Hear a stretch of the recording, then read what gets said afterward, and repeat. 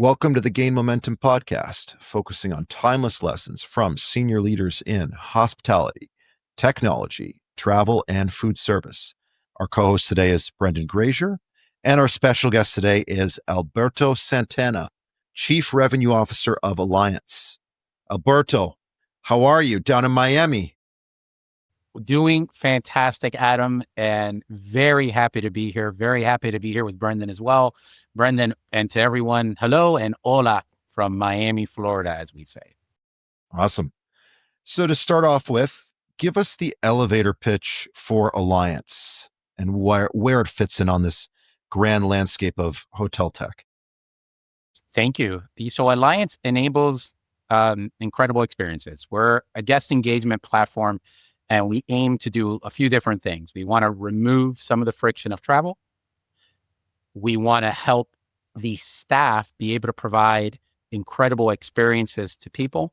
And we want to help you really understand your customer. We want to help you engage with your customer in a new and exciting way. We want you to be able to say, hey, I know who you are. I know why you're coming to town. How can I help you enjoy my property, enjoy our city, and keep bringing you back as often as possible? And at the very least, please share this with the people that you know. If we provide you with an incredible experience, you'll share it with the people that you know. And this should drive additional revenue and revenue opportunities really all over the hotel. Right. So we're getting into the difference between a pure RevPAR strategy and now a T-RevPAR strategy, which is more for full service, really trying to drive ancillaries. And we do know that the more a guest uses a property, i.e. the more they spend, the more satisfied they are, the more they are likely to talk about the property, to come back, to stay longer and extend all those beautiful metrics that hotels like to have. Absolutely. And you know what, let me just throw here something out for you as well. I mean, part of what we're doing is removing friction. So to me, that opens up to all aspects of the industry, whether you're select service or not. I mean, we recently had big news about how we put the hotel key in your Apple Wallet. I think anything that revolves around digital check-in, getting that key in right into your wallet that you can hopefully just get on your merry way, bypassing a few aspects as well. That's one key, because that's, I don't want to say that we're trying to be frictionless. I'm going to rephrase that term, and I'm going to use something that I heard from one of our friends over at Globa, which is well, we're going to do friction sunk, right? Because you're always going to have a little bit of friction when you travel, right? But if I can get to my room, and especially if I'm on a select service property, usually I'm coming in late, I'm leaving early, I'm there for business, I'm there for something, other than really the hotel stay. I just really needed a place to stay. I kind of want to, if I've been on the road for 8 hours driving, if I got off a plane, I just want to make it to my room, right? I want to get unpacked. I want to move on my merry way. And when you open up that, then once you're full service as well, I think you open up a lot of possibilities for so much more engagement, because you're, again, friction sum. And then you're saying, all right, what else can I do? What else can I do now to really engage with this customer? Right. So we're talking about this whole category of a property experience management system, PXMS, which is a term that Alliance is a leader in by bringing together those integrations and a unified guest interaction platform, virtual concierge, unified inbox, whatever terminology you want to call it. Can you describe what that looks like from the operator's perspective, insofar as having that unified inbox? You have people behind the scenes that are monitoring that. It's omni-channel. It's incorporating, allows them to book and record ancillaries to build up that itinerary. And then it has now this mobile wallet. Can you describe what the technology actually does and how it really helps to drive that experience? Yeah. And I love this opportunity, by the way, because I like to use analogies as I'm speaking to people, because I think there's just other problems in the industry that we need to address as well, right? So the average person that works at a hotel is logging into several different systems. They take a request here and they got to go somewhere else for it. Or they want to talk to you about something, but they still have to check with someone else. And what we're doing in essence is tying in through integrations and through our integration partners as well. Because let me just tell you right now, no one has the full solution for anything. So what we want to do is tie in as much as possible directly to remove some of those steps that are required right now by logging in somewhere else, by taking my eyes away from you to go somewhere else, and to say, hey, hold on a second, I have this guest and I want to engage with them. So let's start with a few things. First of all, I'm going to give you a little bit of background on myself because I think it's important as well, which is I travel all the time.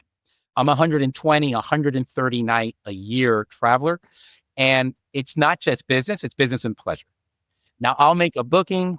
And when I do it for my family, I put 2 adults, 2 children. I'm always forced to put the ages of the children, which I think is pretty funny. And then once I do that, I think nothing happens after that. I mean, nobody seems to really be paying attention to what I put on there. And also, everything revolves around me and my name on that booking. So what we're saying is, hold on a second. Once you get this in, especially as you have details of this guest, emails, cell phones, what have you, the idea is, how do we reach out to this customer where they are? So right now, I think a lot of things are happening via email. I don't know about the rest of you. There's hundreds of emails. I have tons of email boxes. I use some just that I sign up with when I want a discount, like everyone else does. I have some that I'm actually reading daily. I have, what have you. Okay. So I think there's a lot of ways to reach out to customers. I think an omni messaging platform, which is something we provides an instant opportunity for that, because if I'm really going to be there on mobile, if I'm really going to be there on WhatsApp, if I'm really there on WeChat, whatever the case might be, that's where I want to start connecting. And I think we can do something magical in our industry, which is this question: what's bringing you to town?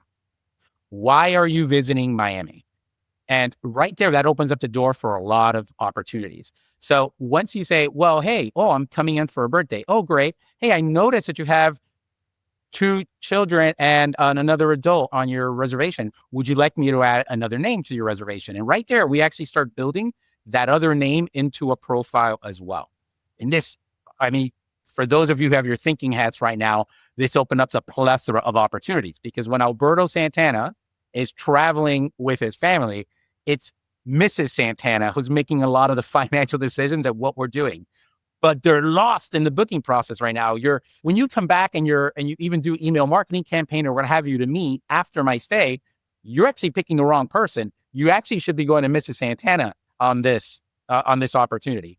The other thing is, if I say, well, it's my birthday, it's my daughter's birthday, or this, that, and the other, that opens up that opportunity right there. How would you like a cake in the room? How would you like us to get you some balloons?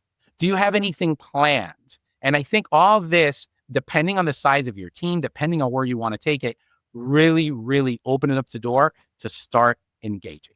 So I hope that's a good example of what I mean to say, and I don't want to take up all the time on the airwaves here, but I think that opens the door to that one opportunity. If I know what's bringing you to town, then whether it's using our AI tools, our large language models, whether it's just using your own know-how to build that information, we're going to be able to present data and present information out that's going to help you engage that customer. And as a society, my friends, we are all dying for engagement.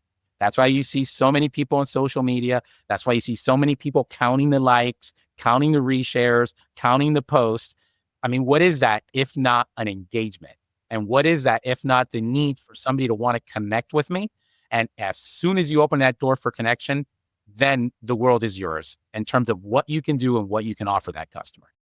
So, when you're referring to Miami, the question is not what brings you to town. The question is, why aren't you already here? Why aren't you visiting all the time? Such a beautiful city. Well, that's just me. Thank you. I as a born and bred Miamian, which everyone knows that means my parents are Cuban. Miami. I love to hear that. It really is a wonderful place, and I welcome people to visit as often as possible. Yeah, in my mind, it's this is my opinion as a Torontonian, still suffering in winter in mid-April, but it is the best city in North America in my mind. Thank you. Yeah. Well, we have something in common. This is why I always love speaking to people to Toronto. This was a fact until not too long ago. I think I forgot what segmentation in United Nations reads this, but the most foreign-born citizens in the world are always, I think, Toronto's second to Miami, and sometimes Toronto. I think we're always battling between first and second. I think what's interesting, I would say in Toronto, it's probably a much more broad audience of international folks. Whereas Miami, it's really, there's a lot of Caribbean, a lot of Latin America, and we definitely have our influx of Europeans as well. So it's interesting. I mean, it's not unusual here you go into a place and you never know, wait, do I need to speak English or Spanish? Well, I mean, this is the whole thing with, we can ask a question like, what brings you to town now? And then we can deploy LLMs.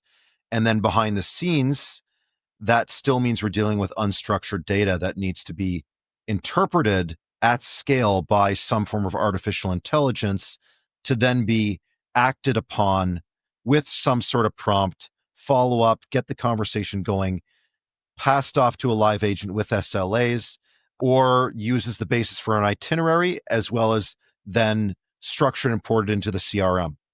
Talk about that daisy chain and how Alliance fits in to really get the most out of that single question to build the satisfaction from the start, as well as revenues. Yeah, so let's unpack that. And I'll use my favorite example. I'll use that birthday one. I've seen people do this manually for so long that I love the fact that we're able to bring it together. Obviously, there's different types of opportunities, and obviously there's different type of customers, and they're coming for different reasons, and there's different type of properties. But if we unpack things a bit, I don't think anybody wants to sit there, show their ID, show their credit card, show all that stuff. If I can take care of that before I arrive, great. I would love to do that. And I would also love for you to remember that. Take it, put it in a capsule so the next time I come in, I don't always have to do this. If I want to, if you can ask that magic question, which you get from some of our favorite providers, right? When you're like, oh, do you want to use that credit card ending in 1123? Yeah, that's exactly the one I want to use. Okay, great. If not, oh, actually I don't. Let me give you that other credit card. So that friction part of travel, let's just say that we have that plans for that. We have that taken care of. We've solved for that a bit. When we talk about this unified, though, message, I'll go back to that birthday example, and I'll use the example of my wife. Not long ago, I went up to Henderson Beach, Florida, and it's beautiful up there. It's up in the Panhandle. I took a 12-hour road trip. That's the only downside of living down in Miami. It takes a long time to see the rest of your state, especially if you're driving. Well, on the way to this one property, they asked me, hey, I got on the phone for a different reason. And I go, what's bringing you to town? And I go, well, it's my daughter's birthday and she happens to like the beach. So they asked me the question, how'd you like a cake in that room? And I go, sure, I would love a cake in that room. I never asked how much it cost, right? Because I think all of us do the same thing. We make a booking. We have a plan to go somewhere. We kind of shop around, right? Sometimes we shop on rate. Sometimes we shop on location. Then we balance the good and the evil between those two things, right? I might have an extra $20 here, $30 there. So maybe I want to use that for something else. Is there a parking fee? Is there not a parking fee? You got all these different aspects of things that go into a decision. A lot of what's upselling, what people do nowadays, is they're always trying to say, how'd you like a suite? How'd you like this? And it's like, hey, slow down. I'm 3 months away from going there and I'm already out $2,000, right? Like I don't have real money yet. And when we go on vacation, when we're actually there, I think that's when our money kind of turns into monopoly money, right? That's when we're like, okay, great. Now let's open up the floodgates and get experiences. So what this property did was they asked me this question, though, what's bringing you down? I said, yeah. And I'll never forget this. I still have a picture of it. It's on my phone. It's a favorite picture. It said, happy birthday, Mariana. There was the cake. And I got a picture of my daughter slicing into Wow. it. Or that unit at itinerary. Yeah, that's a monster, right? It's an incredible experience. And again, did I pay for it? I did. How much did it cost? Don't even remember. Because I think we all forget. You can say to yourself, oh man, that place was expensive. Or you say, you know what? It was worth it. Kind of like if you've ever taken a helicopter ride in Hawaii, it's super expensive, but nobody cares about the price because once you do it, you're like, oh, wow, what an amazing experience I just had, right? And again, it goes part of that vacation fake money that we all kind of have extra money for. Kind of like we have the extra stomach for dessert as well, right? We always have a little room for dessert. That's a different story. So in that example, and if I can use a similar example, anytime I address a question that way or a customer addresses a question that way, these are data points. Hey, I caught a birthday here. Now, can I keep that data, privacy laws or whatever? Hey, put that to the side. Those are other opportunities. Those are things you can work through. But the other thing, especially that unified box, is I think when I'm traveling with my family, Sometimes I'm with him, sometimes I'm not. And I'll explain. Okay. Believe it or not, my wife and I, for example, don't like the same things. And I'm sure most people with their significant Shocker. other, yeah, shocker. So I think there's so many opportunities here. So again, in a traditional world, I make a booking, right? And let's say that Mrs. Santana goes and uses the spa, and I don't feel like going to the spa. I feel like playing golf. Everything revolves around Mr. Santana. Everything revolves around her. Oh, I have a reservation. Oh, is it Alberto Santana? Yeah, it's that one, right? So what we're doing is we're actually building multiple itineraries in our platform for that booking, so that again, you can start tracking that additional name and anything else that's a like and want on their side.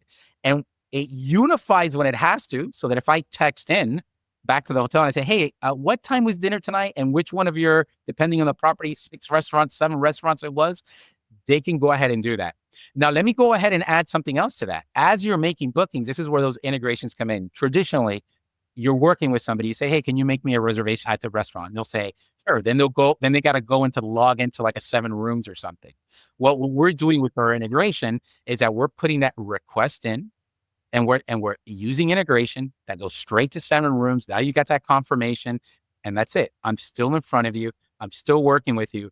I don't have to log in somewhere else. I don't have to come back. Same thing for spa, where those integrations take place, and same thing everywhere else.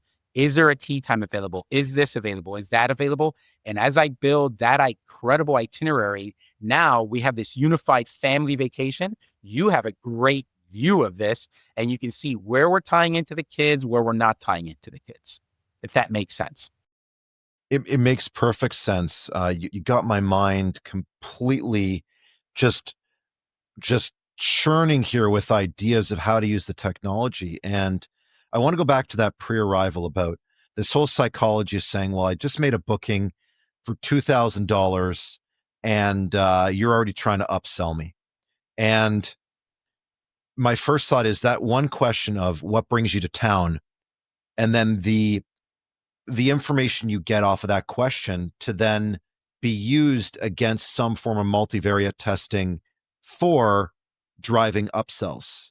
So if you know that somebody's coming in for corporate, the offers that you present them are going to be different than if they're coming in for a family vacation. And that's just a basic segmentation of how you can drive revenue off of that one question, or that one answer to that question. Adam, I'm gonna add to that, because there's something that's been driving me bonkers. I've been around this industry, and I've been I like to say plus 20 at this point, because once you get to 20, we're just aging ourselves, right? So earlier today, I was in a call when I made a Tupac reference, and then I realized, oh boy, that was in 1996. I'm gonna have to change to Kendrick, but that's neither here nor there. So I think a lot about this when it comes to events, and it's been interesting. I think for a long time, and pre-pandemic, even post-pandemic, I've been seeing the same thing, which is, oh, I sold an event. People are going to come in on the Monday. They're going to check in on the Thursday. And I've always been like, how come nobody's trying to make you stay longer?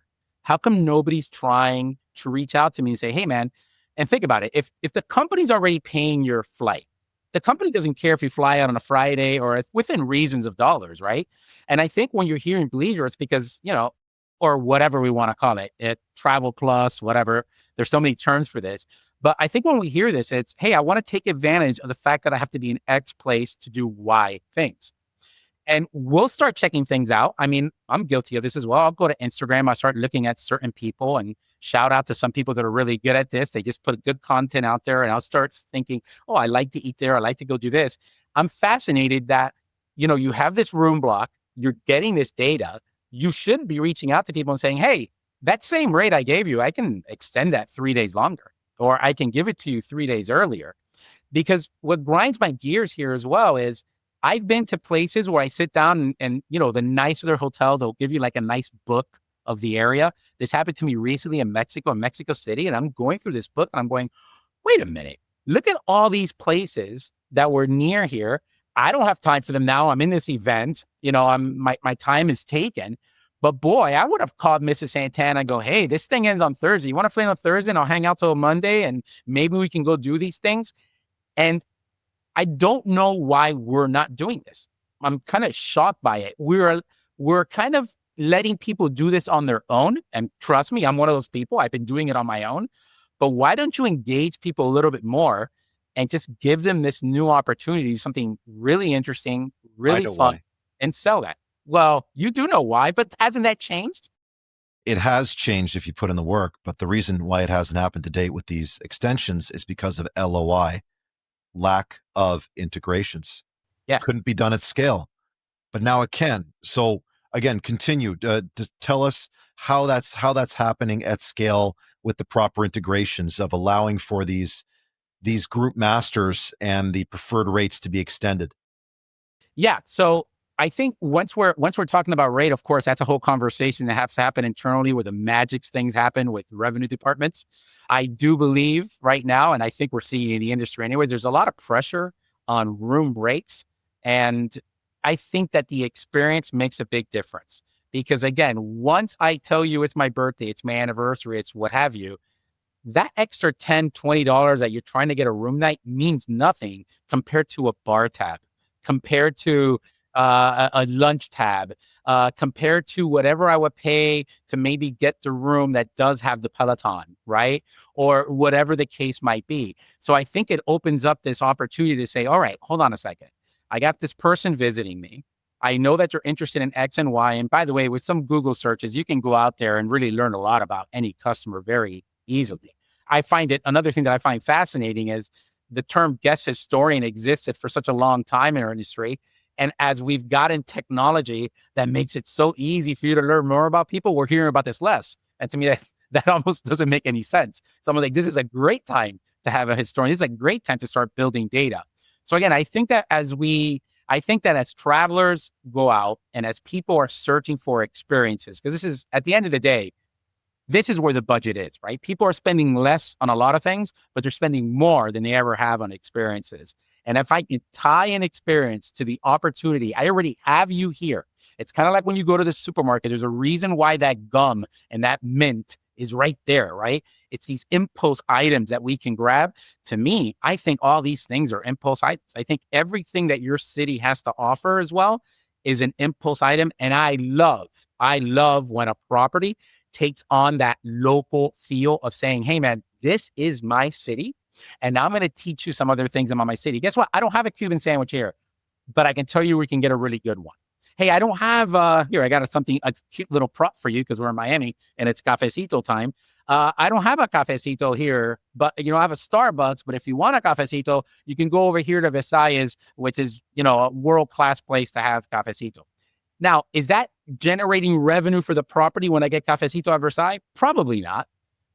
But am I not going to remember the feeling that I got when you told me to go there? Am I not going to tell any other people, hey, you know what? If you visit this hotel and you talk to Adam and if you talk to Brendan, they're going to open up the opportunity for you to really get to know their city because they're proud of it, right? Now, why is this important? Because it becomes a personalized conversation, not a transactional one. So if I go back to that booking example that made your brain start thinking and your thought juices flowing, the challenge that I see right now is that I'm going to raise my hand. We're being attacked with people giving us transactional data. Attacked. It's an attack. It's anytime here's a sponsored this, here's a that, here's a this, here's a that. And it's not personalized. Just because I searched for a hotel in Toronto yesterday doesn't mean I'm going into Toronto right now. And I don't need all these extra things about Toronto, right? The hotel has an interesting opportunity because they know you're coming, right? They know you're here. And once you're here, they know so much more about you. This is time to unpack that transactional feel that people are tired of and create an emotional connection with people, because emotional connections, to your point earlier, drive more loyalty and drive more business. To me, engagement equals revenue. Well, I think intrinsically hoteliers know that. They know that being a host, being friendly will endear guests to them so they feel they have more trust and want to spend more. And the phrase I've heard you speak to drive this message home is return on concierge, Oh, where yes. essentially a concierge is a host, You're friendly. You're there to help out. You're there to make sure they have the right recommendation. No. You want the cafecito? Don't go there. Go to this place. It's way better. This place here has better cigars than that place over there, right?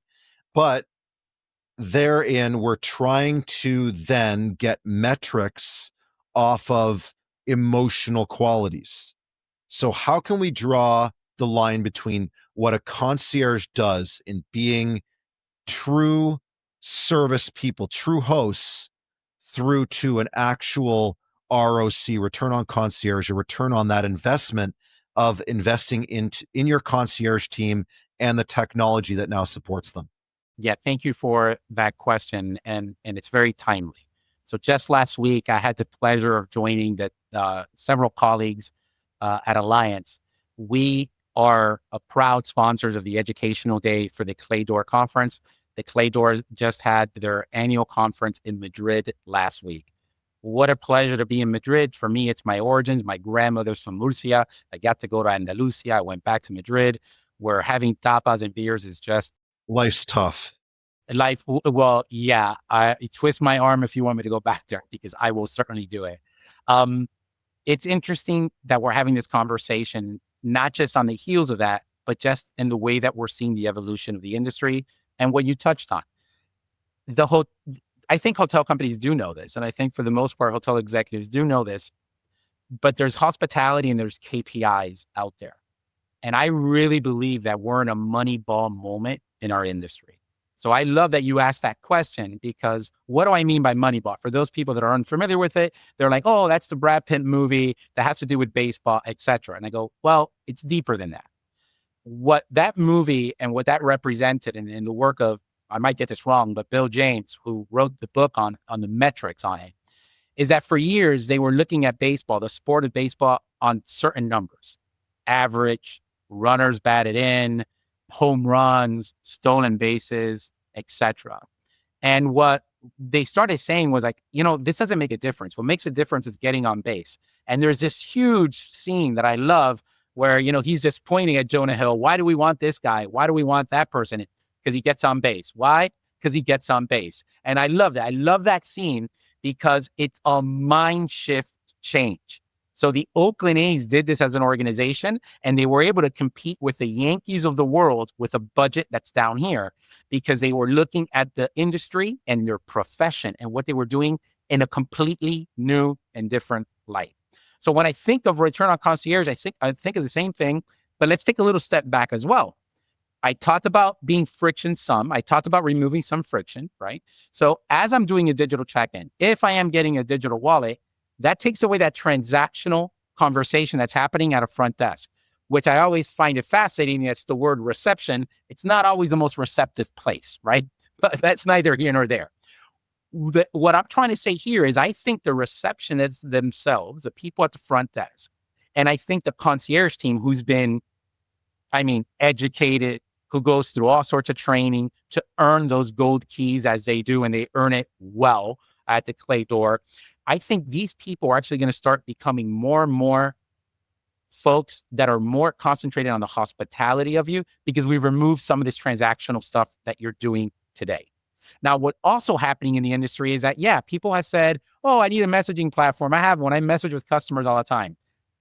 I make a joke about this and I won't call any brands out by name or any properties out by name, but I can't tell you the number of times that I've responded to a text and got a no response, 0 response.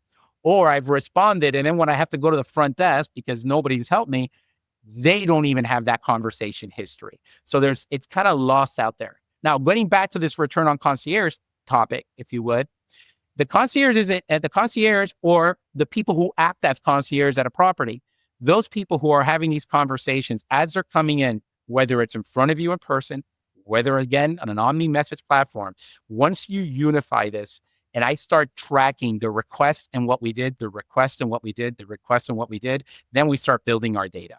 So again, to the point of, did I see the F&B revenue here when I sent you to the bar over there? No, I'm going to miss out on that. But I know you came in. I know you came in to see a bar. Or maybe you said, hey, where are there good tacos around here? Well, to me, that starts informing the hotel itself as well to say, maybe we need to add tacos to the menu. And Adam, I'm going to go to something that I heard from you one time, because I heard you speaking. I forgot what interview you were with. I think it was Bart. And you were having a conversation about breakfast and the whole concept of free breakfast. And I'll raise my hand as well. I don't eat breakfast. I'm a black coffee all morning guy, and I have lunch. That message is lost on me. So this is what I'm trying to say. Those generic messages are gone. And once I respond, oh, it's okay, or once I say something, that conversational history needs to live somewhere where we can go to it. And it can't be those old school F10 notes in my PMS or whatever it was that I'm going to go down and find this. No, that's where the models are starting to get trained. That's where the models are learning. And that's where we know that we can present it to, again, empower the staff to be more in touch with you, more connected with you.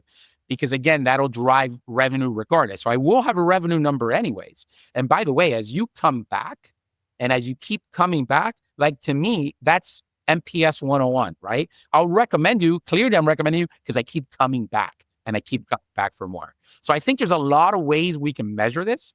We've been sitting here for a long time, to your point. Here's our RevPAR, here's our ADR, here's this and that. And what I'm saying is that this is a Moneyball moment to say, hold on a second. What was that TRevPAR? What was that total revenue? And what was the total engagement? Because again, the more what we've seen in our numbers is that the people who engage with our customers right now spend 65% more than everyone else, which is a massive number. And by the way, I had to double check this all the time, because every time one of our data scientists showed this to me, I'm blown away. Like, I figured the number would be higher. I didn't know it'd be that high. But could there be other nuances to this? Of course. There's no argument that as you listen to the voice of the customer, as you engage with the customer, as you're talking to them, and it's a unified conversation. I'll say that one more time. We'll underline it. A unified conversation. It doesn't get lost. Because I don't want to sit here on the phone and say, hey, Brendan, here's the challenge that I have. And he goes, oh, hold on, I got to transfer you to Adam. Hey, how can I help you? Oh, great. I got to repeat the same thing again. So nobody wants to go through that telephone war. So the more we have that they're unified, the more the opportunities abound for us. Alberto, that's a great point. We've obviously talked about concierge. We've talked about technology. How do you see that balance? There's always the point of concern that, are we taking the human aspect out of the industry by using too much technology? Where do you see that balance fitting in? Yeah, the interesting thing about your question there is that I think that you still have a human aspect even when it's a text. I'll argue that point, because the reason I'll argue that point is because anyone I know under 30, if I call them, if I call my niece, she's not going to answer the phone. If I text her, she gets back to me right away. And you know what she says? She says, love you, uncle. And I say, I love you too. And we send little emojis to each other, right? No, but this happens over and over. This happens to all my nieces, all my nephews, everything else. We got to go find the customer where they are. And to me, you can be personal no matter what. Now, we could tell I think there's easy things that are robotic that nobody's going to tell the difference. At what time does the pool open? 10 a.m. It is what it is. But I think that what you're going to find is, and again, I'm going to use one of Adam's words because I love when he said it. There's a constellation of profiles. There's a constellation. We're trying to do all these one size fits all aspects of things. And it's not real. It's not real. The other interesting thing about that human touch point is that no one gets happier, and this happened to me recently, than when you finally meet somebody in person. Think about it. Like right now we're meeting. This is digital. We're two-dimensional right now. But the second I sit down and I see you, and the same thing happened. Look, I saw Adam in Miami not too long ago. When I get to see you in person, now we're going to get even more personal. We're going to get even deeper, what have you. But I think you've got to go find the customer where they are. And again, I think the concierges, they know this. They have people that reach out to them even when they're in another hotel, right? Hey, I tried to book with you, but you didn't have any rooms available, but can you help me? Because they're very good at bridging that. But they do have a lot of customers as well that are like, hey, I need this really quick. Oh yeah, I need that really quick. I need this, what have you. So I think if you're not prepared to meet your customer where they are, well, then you're not meeting your customer. And then it doesn't matter how nice I am to you in person. It's kind of lost if you would, right? I think that as a society, I look at that and I see it actually an opportunity, because if I can get rid of the transactional stuff, then I'm opening up the door to have a personal conversation. And listen, think about it. We've been doing it. A lot of people out there with chatbots are doing that today. I think famously you had Cosmo that had the Rose one for a while. And then people started getting in trouble because they were getting texted by Rose and they had to explain it to their significant other, but that's neither here nor there. So, but I think it's interesting. Why are you putting a name on a chatbot? Because you're trying to personalize it. Well, don't tell me that a person responding on a chatbot or not isn't going to be able to provide the same true personal. And at some point, here he is. It's Brandon. It's Alberto. We're meeting in person. We're shaking hands. I'm from Miami, so you're going to get a hug. But that's a different story altogether. And I think that these two worlds are colliding. And I think we need to prepare not just for the traveler and the thought of today, but to go back to that Moneyball example is where is it going and what do we really need to start measuring?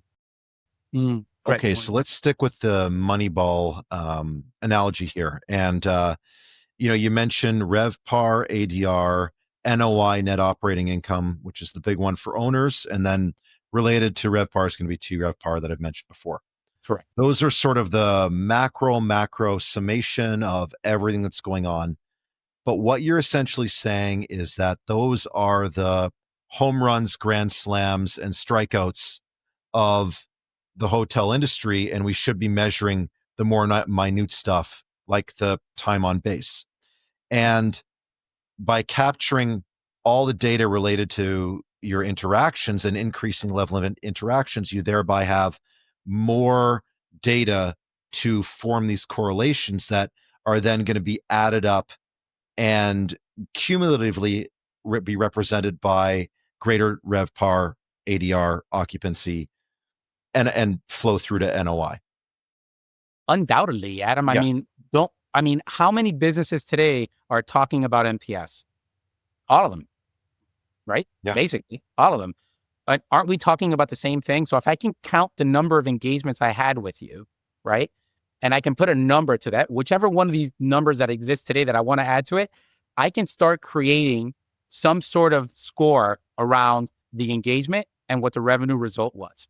And again, I don't have the answer on this. So I think the return on concierge was an interesting one.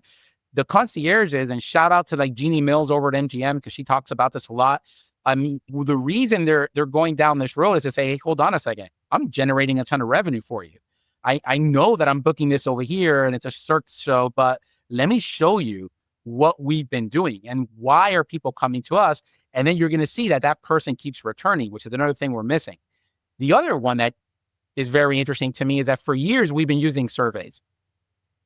I'm not a fan of the survey. I'm just going to say it out loud. I think I'm going to give you an easy example. Every time I take an Uber or a Lyft ride, I give it 5 stars. The reason I don't give it 4, unless something goes, or 3 or 2, unless something goes drastically wrong, is because it keeps forcing me to answer questions that they're pre-picking for me to tell me why it's not 5 stars. It's like, hey man, I'm sorry. It's just not 5 stars. The car smelled, and if it's not on here, I can't put it on there. And maybe the car smelled. It's not the poor driver's fault. It's whoever was in there last time. But it's gotten to the point that as a consumer, I'm just putting 5. And then in the comment section, you're expecting me to put more. And now we want to use all sorts of data models to pull that out. And to me, okay, how many people are answering surveys anyways? I think the industry average, and I would love somebody to pull this out again. The last time I looked at it, I think it was 17%. So we're making business decisions based on 17% of our customers. That seems insane to me, So that means that of every 100 customers, I don't care what 83 of them said or what went through 83 of them. So again, I think all these data points start really driving something that does turn into an NPS type score, that does turn into an engagement score, that does turn into something that we can say, hey, we know that based on these touch points, this is happening. Now, you're going to have a ton of customers that don't want to be talked to. I mean, those exist. And by the way, let me flip the persona on you. Alberto Santana, the traveler that just flew Miami, London, that gets in early. The only thing I care about is that for the love of God, have some decency and let me have my early check-in. Just give it to me. Like you have a room for me. I don't even want your nicest room. It could be the one next to the elevator. I just want a room because, 9 hours on a plane is brutal. And not all of us are flying, Virgin Premier first class or whatever the case might be. Some of us are all in Coach City, and Coach City is not comfortable. So the faster that I can get around my merry business and my merry way, it's wonderful. And by the way, I appreciate it. I even appreciate it if you don't charge me for it. If you want to charge me for it, fine. Sometimes it's worth it for me. Charge me for it. I get it, right? But again, I think as consumer behaviors, what we're talking about here is a change in consumer behaviors and how we measure those consumer behaviors. And it can't just be one thing or another. I think people are too dynamic. I think people have a lot of different interests. They have a lot of different things that are important to them. They have different personas, even within themselves, that we need to start being very mindful of. And we just need to collect the data, put these numbers and say, what does engagement mean? Is it going to be a hard sell to my owners? 100%, right? By the same token, I mean, we're all high-fiving each other when I get a $10 a night more than my comp set. Like if you got 10 rooms, right, for $10, how much money do you have? 100 times the occupancy times 365. Yeah. But I mean, well, for that point, but I mean, but if you ask me if it was my birthday again and I went and I go, it is, well, hey, let me invite you to the spa for this. Let me do this and that. Don't tell me that's not going to be more revenue. I just don't buy it. And not just from my own behavior, it's all those people around me that suddenly have monopoly money once we go on a trip. Instantly. Everybody becomes the baller at the club or whatever once they're on vacation, because what else do we have if not the memories of wonderful experiences? I think that's a beautiful way to end off here, but I want to ask you one more question. Please. Midway through, you said that you were thinking about the examples of why people should extend, and they're following people on Instagram, famous chefs, to see what restaurants they want to go to. And I believe that if anyone were coming to Miami, the influencer they should follow is named Alberto Santana to give the best recommendations to Miami. So, Alberto, what would you recommend living like a local for people to see the real city if they're coming down? Well, if you're here during stone crab season, and I know it sounds cliche, but you have to go to Joe's Stone Crab. Joe's Stone Crab is an institution. Yeah. And even when you were a young man or a young lady and you were looking at cartoons and it said eat at Joe's, boy, that Joe's is in Miami, Florida. And that place that is just beautiful and wonderful. And the fact that it's so iconic in a constantly changing place like South Beach tells a story that needs to be told over and over.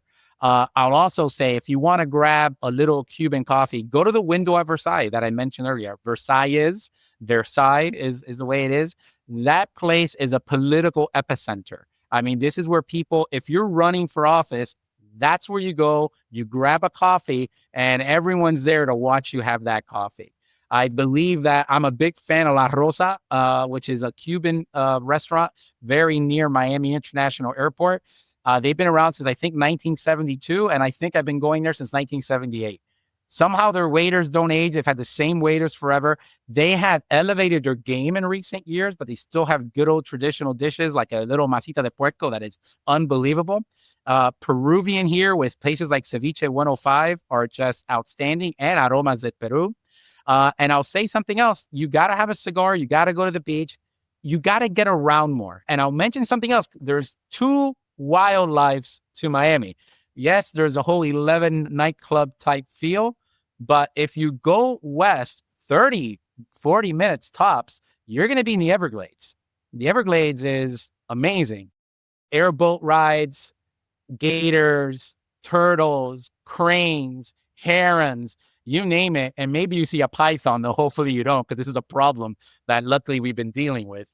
I think those are all wonderful places for you to take off. Now, you can call me because I'll tell you the one biggest difference. One thing that I find about a lot of influencers, they tend to be under 30. No offense to my people under 30. I got an extra 25 years of a happy belly on you. So my palate is a little more specialized, we'll say. No one ever tells you when they had a bad time at these places, which I think is weird as well. But I will say this, trust your concierge. They're going to tell you if it's worth it to wait that line. And the ones in Miami, shout out to Claudia Abma, who's over at the Fontainebleau, Miami Beach. She's always out there, super good. And by the way, hotel wise, Faena, which is a product out of Argentina here. I mean, just an outstanding place. And if you can watch anyone perform there, watch them perform. It's just wonderful. And then one more shout out that I'll give out just because I love it as well. I'll give a shout out to the guys at the Swire Group. The East Miami Hotel is just wonderful. That Balinese rooftop, it feels like it feels like you're in Thailand and you're sitting at the top of a downtown city center. So there's a lot of reasons to come visit. And if I may, the new Brightline service that connects you to Fort Lauderdale, connects you to the Palm Beaches. If you want to visit the Breakers or what have you, go up to Orlando within 3 hours with amazing Wi-Fi. Great. I'm finally getting that little European vibe or northeast of the states train vibe here. And I think, we're growing and we're going places. Awesome. Thank you. Yeah, those are fantastic recommendations. Alberto, thank you so much for coming on the show. It's my pleasure, Adam. And thank you, Brendan. I appreciate it. And again, anyone who wants to have a chat, please find us. We're more than happy to have a discussion in this wonderful industry of ours, which is constantly evolving. Thanks for listening to the Gain Momentum podcast. To stay up to date, make sure to follow or subscribe wherever you get your podcasts. For more information about Gain Advisors, head to gainadvisors.com.